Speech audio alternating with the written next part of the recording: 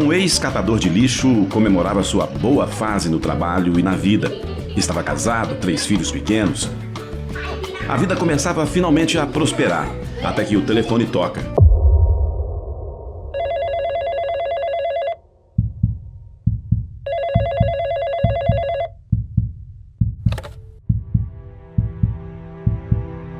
Era seu irmão mais velho falando sobre o desastre que tinha acabado de acontecer. Coração acelerado, boca seca e uma sensação de impotência. Aconteceu de novo.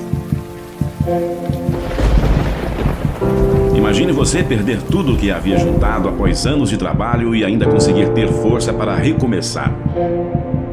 Nessa história, eu vou te mostrar os detalhes do que aconteceu após essa ligação e como o Geraldo Rufino conseguiu superar 6 crises e construir um império que gera um faturamento de 50 milhões por ano.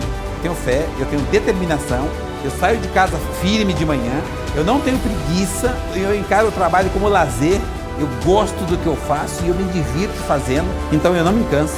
Eu não me canso, não me canso. Tá? Tipo assim, não tem uma hora que eu fico cansado, porque aquilo pra mim é lazer, eu faço com prazer. E eu acredito que é possível.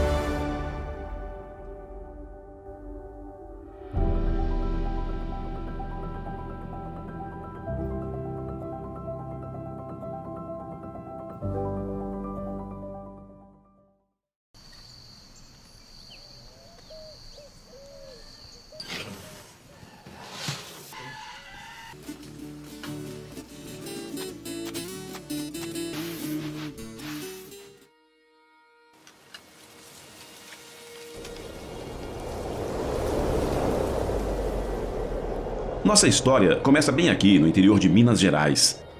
Mais precisamente na cidade que já ganhou o título de melhor café do mundo.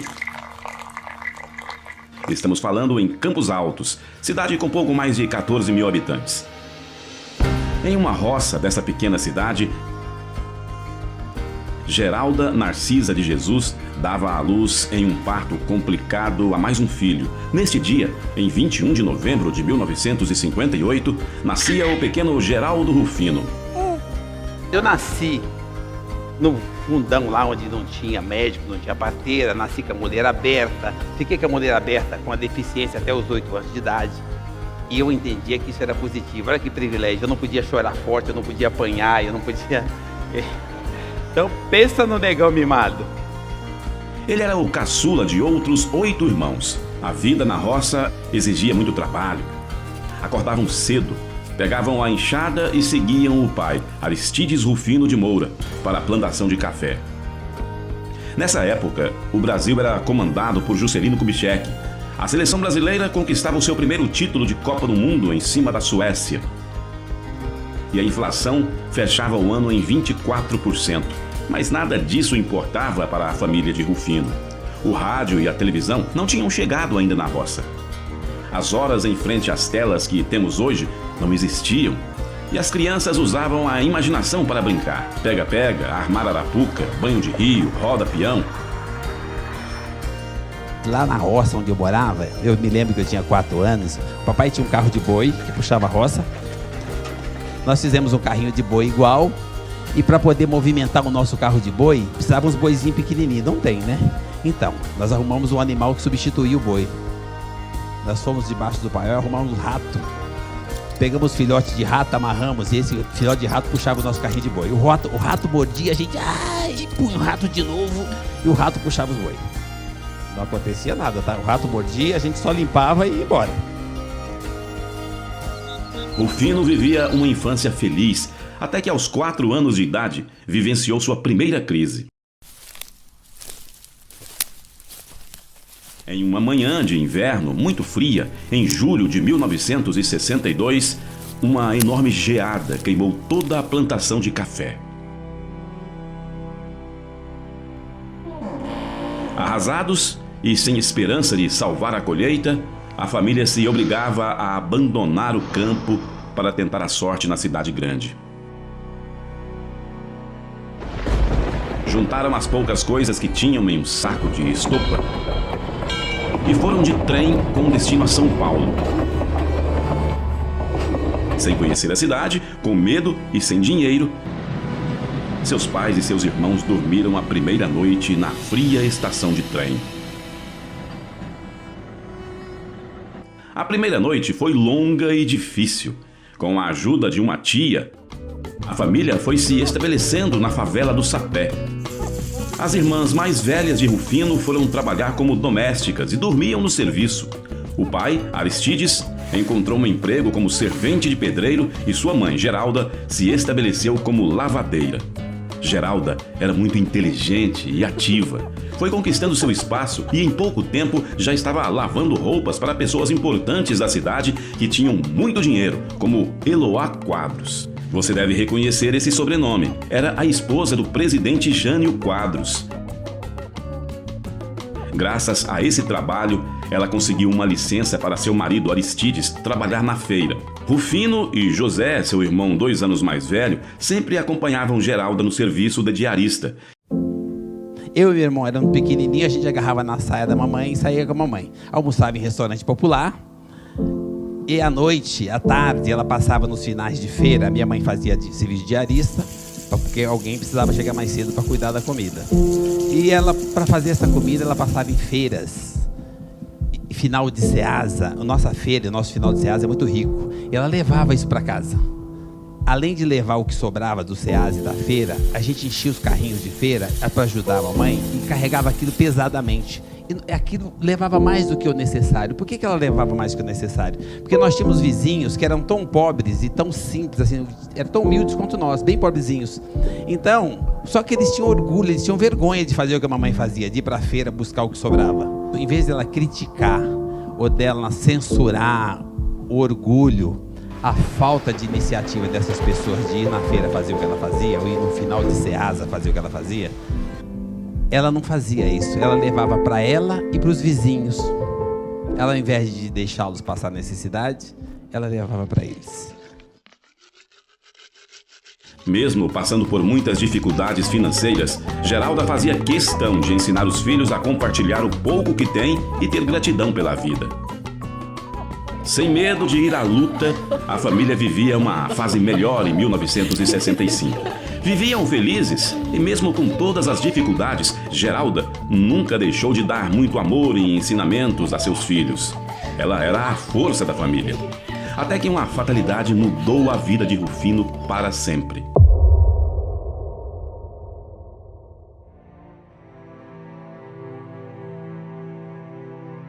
Mamãe foi embora quando eu tinha 7 anos e meio.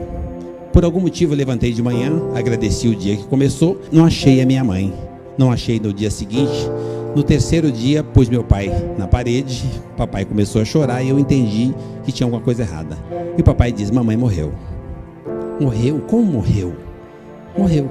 Eu não entendia nem a referência, como é que é esse negócio de morrer? Tá, mas não volta? Não tem mais mãe? Ela não vai me dar um abraço? Ela não vai dar bom dia? Não vai dar tchau? Como assim? Não, morreu como? Então, até ele levar no cemitério e dizer: ela está aqui embaixo e não volta mais.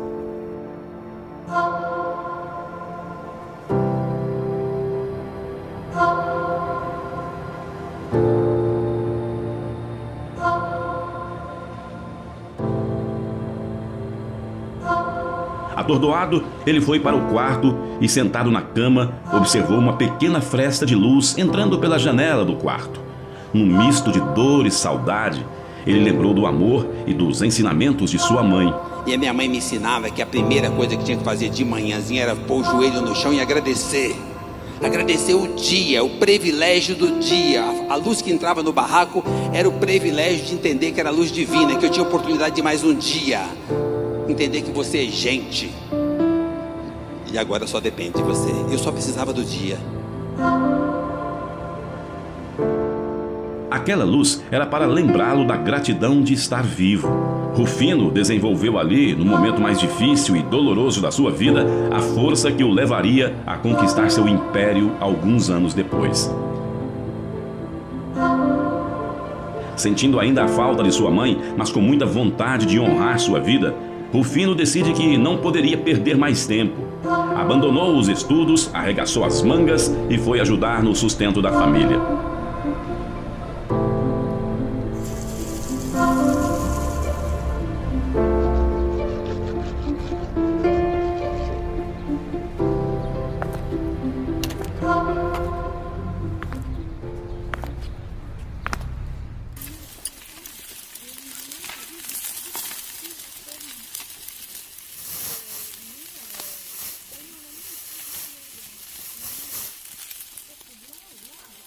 Pouco tempo depois, Rufino e seu irmão conseguem seu primeiro trabalho ensacando carvão em uma fábrica, trabalhando incansavelmente 12 horas por dia.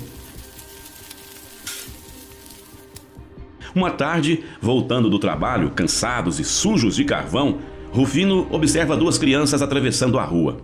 Elas estavam vestidas com chinelos bons, melhores que os deles. Intrigado, ele perguntou: "Onde vocês conseguiram esses chinelos?" "Lá embaixo, no lixão. Tem de tudo lá." Rufino não pensou duas vezes. Diante da oportunidade, largou o trabalho na carvoaria e foi para o aterro em busca de comida, latinhas e chinelos novos. E achava um brinquedo quebradinho que algum bacana jogou fora, ou que alguém mais brincou demais ou jogou por acaso aquilo fora, achava aquilo no lixo, era fantástico, era diferente. Era evolução, era melhor do que o que a gente tinha. Em casa nós tínhamos arroz, feijão, ou o que a mamãe conseguia fazer. Na foto da minha mãe ficou um pouco mais difícil. Então a gente achava no lixão queijo, que não estraga no lixo, corta a ponta e come. Salame. De sobremesa, o mercado jogava fora sorvete, Danone vencido. Aquilo pra gente era um banquete. Ele era grato a tudo o que recebia. Sentia que o lixão era uma oportunidade de melhorar, mudar de vida. Seguiu no lixão até os 11 anos, ao lado de seu inseparável irmão José. Ele era seu sócio em todos os empreendimentos que o visionário Rufino arranjava. E foi nesse mesmo lixão que criaram seu primeiro negócio. Espertamente, eles perceberam que era importante ter um carrinho de mão para ajudar a carregar os materiais encontrados lá. Então, usando de muita criatividade, eles criaram seus próprios carrinhos e, em pouco tempo, já estavam alugando para outras crianças da região. Esses carrinhos de mão trabalhavam de domingo a domingo, pois os mesmos carrinhos que eles usavam para carregar o lixo durante a semana também usavam para carregar as compras das madames das feiras nos finais de semana. Assim, com muita criatividade e engenhosidade, Rufino e José construíram sua primeira empresa de carrinhos de mão. Sem acesso a bancos, quase tudo que os irmãos juntavam na sociedade era colocado em latas de leite em pó e enterradas em um terreno baldio, até que um dia veio outro baque.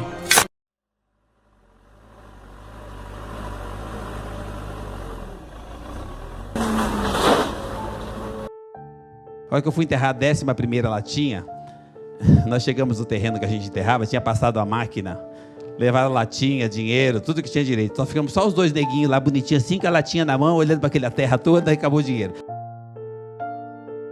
Acontece que ele foi vendido e o novo proprietário passou uma máquina para arrumar o terreno.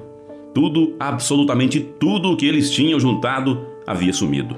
Cerca de R$10.000. Desesperado, Rufino sentiu que tinha quebrado como empreendedor pela primeira vez. Qualquer outra criança poderia ter desanimado e desistido neste dia. Qualquer outra, menos Rufino. Esse acontecimento o fez ficar ainda mais forte. Ele estava motivado a juntar dinheiro novamente. Rufino percebeu que eles precisariam planejar outras fontes de renda. Foi aí que os irmãos tiveram a ideia de usar o terreno atrás do bar do pai como uma espécie de campo, onde eles alugariam os horários para a vizinhança jogar futebol. Agora, eles eram os donos da bola. Criaram também um cinema dentro de casa, onde ofereciam arroz doce e pipoca e cobravam ingresso para outras crianças assistirem sessão da tarde. Os pequenos sócios continuaram juntando dinheiro e guardando suas economias nas famosas latinhas enterradas. Porém, dessa vez, como o gato escaldado tem medo de água fria, a pequena fortuna ficava escondida no assoalho do chão do bar de seu pai. Rufino ainda dava uma de vigia, dormindo todas as noites em cima do tesouro para evitar perder as economias novamente. E assim, comandando os pequenos empreendimentos, os irmãos foram juntando novas economias até que uma visita inesperada bateu na porta.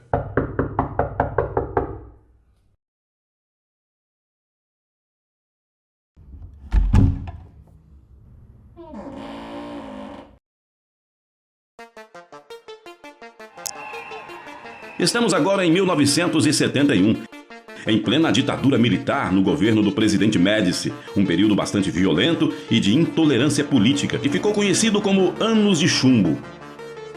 A essa altura, seu pai, Aristides, tinha conseguido um bar que havia sido construído no improviso, todo de madeira, que não se enquadrava nos padrões e normas estabelecidos pela prefeitura. Tudo ia bem, até que eles recebem a temida visita da Defesa Sanitária. Para não fechar o bar, o pai de Rufino teria que pagar uma certa propina aos fiscais. Como Aristides não tinha dinheiro, sobrou para os pequenos empreendedores salvarem o pai, emprestando todo o dinheiro que tinham guardado. E lá se foi toda a economia dos meninos outra vez. Rufino não ficou bravo em emprestar dinheiro ao pai. A motivação dele para trabalhar vinha justamente da admiração que sentia dele. Ele queria contribuir de alguma forma e via no trabalho a oportunidade de ajudar. Minha relação com meu pai começou quando minha mãe foi embora. Minha mãe ensinou que, independente da nossa condição social, poderíamos ajudar o próximo.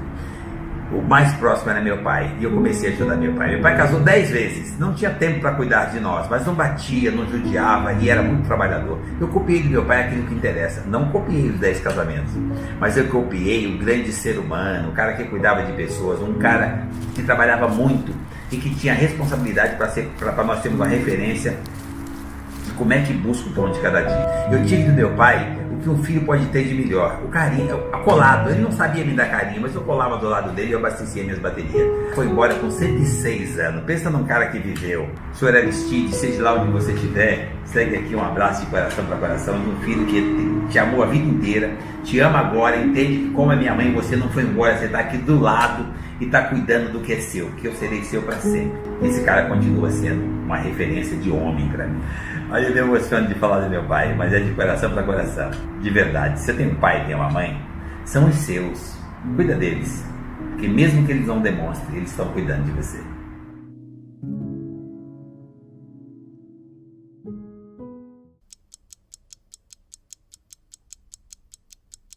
Quebrado pela segunda vez, Rufino resolve procurar emprego.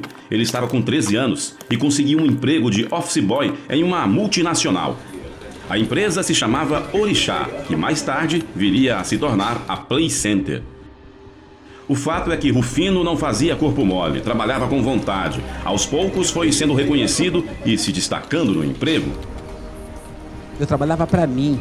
Eu não importava que tinha aqueles salões, aqueles patrões, eu trabalhava para mim. Eu estava acostumado a trabalhar 12 horas por dia. Então, com 13 anos, eu ia trabalhar de office boy.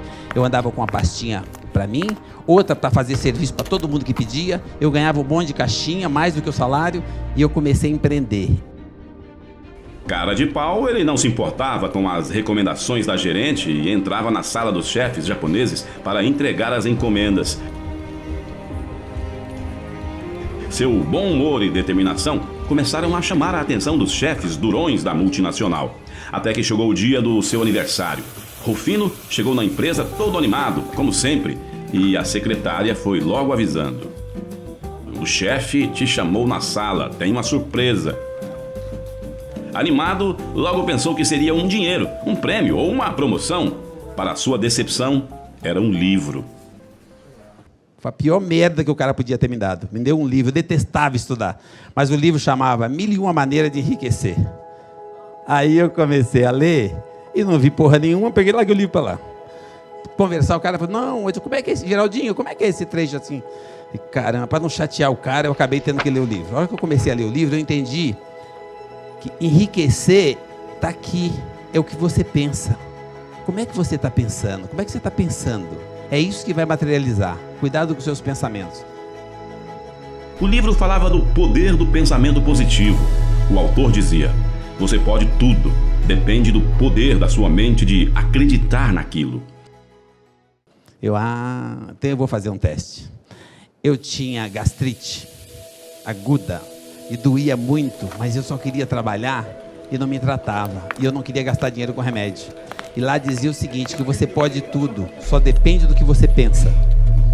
E eu comecei a pensar então que essa porra vai curar e que eu não vou gastar um centavo. Eu vou tomar água de torneira e ela vai curar. O livro não diz que cura? Então, e eu comecei a buscar no céu, cura aí, tomava água. 6 meses depois eu fui no médico e eu não tinha gastrite. Sarou. Eu descobri que a gente pode tudo.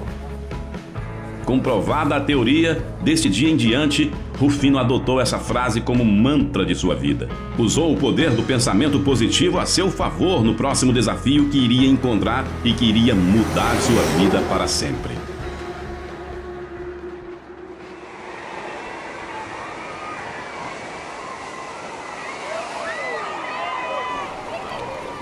A essa altura, Rufino permanecia no Play Center. Conforme ia crescendo na empresa, ia juntando dinheiro para realizar seu sonho de empreender. Aos 18 anos, já tinha um departamento próprio na empresa e se tornou diretor de operações. Ele foi um dos responsáveis de levar o Play Center para os shoppings.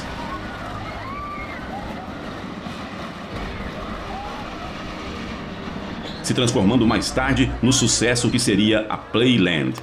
Nessa mesma época, conheceu Marlene Rufino, que também trabalhava no Play Center. Marlene tinha apenas 13 anos. Quando completou 14 e ele 21, começaram a namorar. 3 anos depois, se casaram e formaram uma família unida.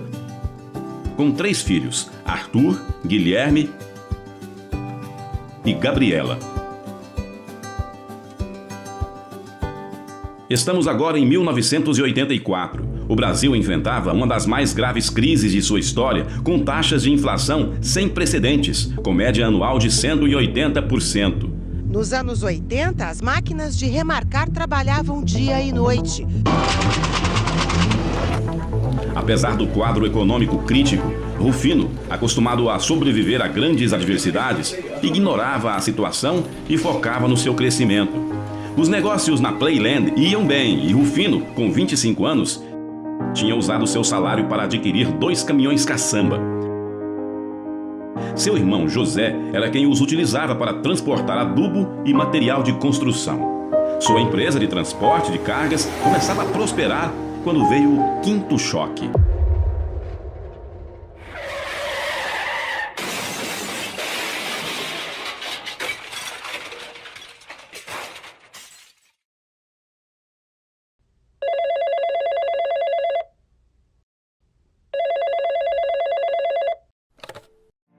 Na outra linha era José. Irmão, tombaram as 2 carretas, perda total. Coração acelerado, boca seca e sensação de impotência. Aconteceu de novo. Para piorar a situação, nenhuma das carretas tinha seguro e faltava uma quantidade imensa de parcelas a serem pagas para o banco. Rufino fica sem chão. Anos e anos de trabalho jogados fora em poucos segundos. Era o fim de um sonho.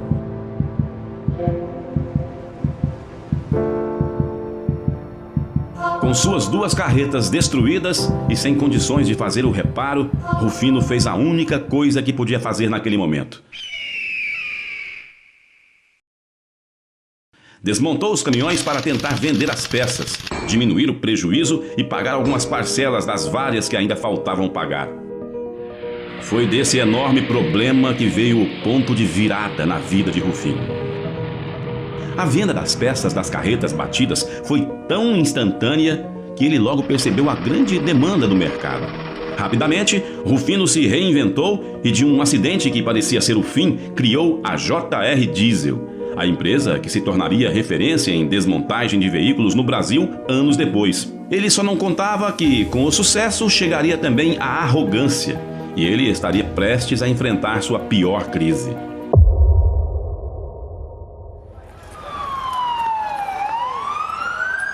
Oh, shit. Oh, shit. Oh, man. Holy shit. Go, let's go. Everybody keep going.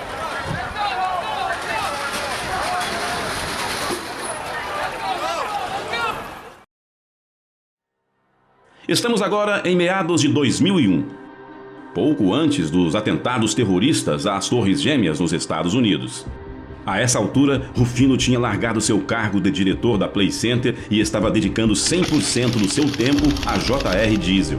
Com ele à frente dos negócios, a JR Diesel vivia uma ótima fase, tanto que ele decide crescer. Baseado no sucesso da primeira empresa, Rufino decide criar a JR Veículos. Ela funcionaria como uma rede de concessionária de caminhões. A euforia, no entanto, durou pouco. Eu fui pego pelo mesmo vírus que meus irmãos, a vaidade. Tinha muito dinheiro, muita tranquilidade, a empresa estava muito forte. Eu comecei a ser assediado por empresas estrangeiras para fazer uma parceria e fazermos uma rede de concessionários. Eu me envaideci todo, aí fiz uma merda enorme. Entrei no negócio, Investi cegamente, eles me levantavam a bola, diz que eu era o cara e tal, e eu fui investindo. Eu fui pondo todas as minhas fichinhas, eu tinha muita folga de grana, mas o dinheiro não era o suficiente, eu comecei a tomar, eu nunca tinha feito isso nesse negócio. Comecei a tomar, eu tinha muito crédito, a coisa foi soltando muita credibilidade, os bancos me davam dinheiro por telefone, e aquilo foi virando uma bola de neve. Eu quebrei, mas quebrei para arrebentar, porque assim, fizeram uma previsão que eu ganhava dinheiro, o dinheiro começava a retornar, todo esse dinheiro começava a retornar em 2 anos. Mas esqueceram de avisar o Bin Laden. Esse cara derrubou as torres, os americanos foram embora, não avisaram o Lula e ele entrou no governo. Os americanos se assustaram achando que ele ia confiscar. Foi um ótimo governo inicialmente. Todas as empresas começaram a vender muito caminhão e eu ia dobrar o tamanho da empresa. Mas os meus parceiros não esperaram. Foram embora, avisaram onde ficava o jurídico, me entregaram o troço na mão e eu quebrei para arrebentar. Eu deixei de ter alguns milhões no colchão e fiquei devendo 16 no banco só. Aí sentava lá no meu banquinho e ficava esperando. Só chegava cobrador e oficial de justiça. Novamente, Rufino se vê no fundo do poço, sem saber o que fazer e com medo do futuro. É nesse momento de crise que Rufino decide convocar seus filhos, Arthur e Guilherme, para ajudarem o pai a reerguer o negócio. Como ele havia feito anos antes para ajudar seu pai quando jovem. Sua mulher, Marlene, também participou ativamente como diretora administrativa, cuidando dos departamentos financeiro e pessoal. Com toda a família trabalhando unida, a empresa foi de uma dívida de 16 milhões de reais à liderança do setor em 10 anos. Hoje, a JR Diesel é referência mundial em reciclagem automotiva e tem um faturamento anual de 50 milhões de reais.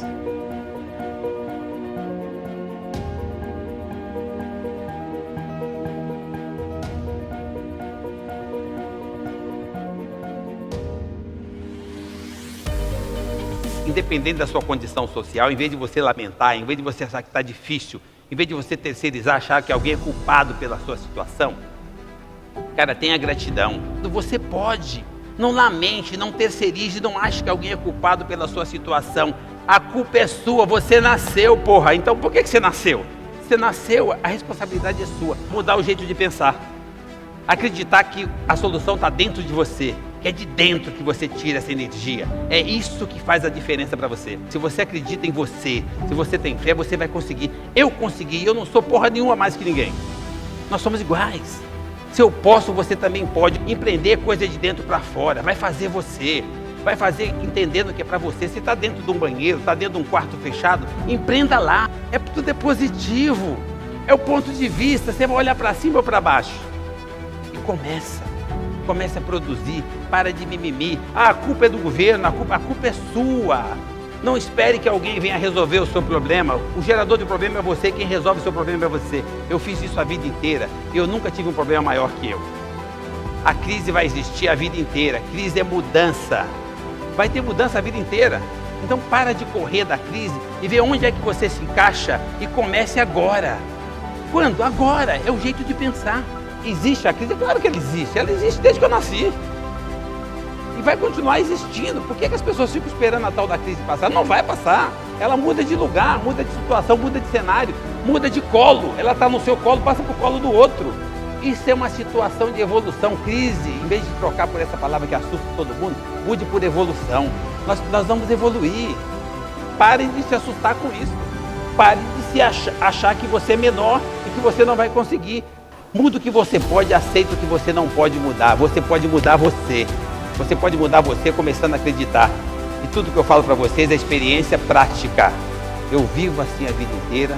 Eu sou feliz a vida inteira. Eu posso, você pode, todos nós podemos. Sair de casa de manhã com paixão, com determinação. Quem tem paixão pelo que faz não cansa. E você vai ver que você pode atingir todos os seus objetivos. Familiar, relacionamento, profissional. Você pode tudo. É só questão de fazer escolha.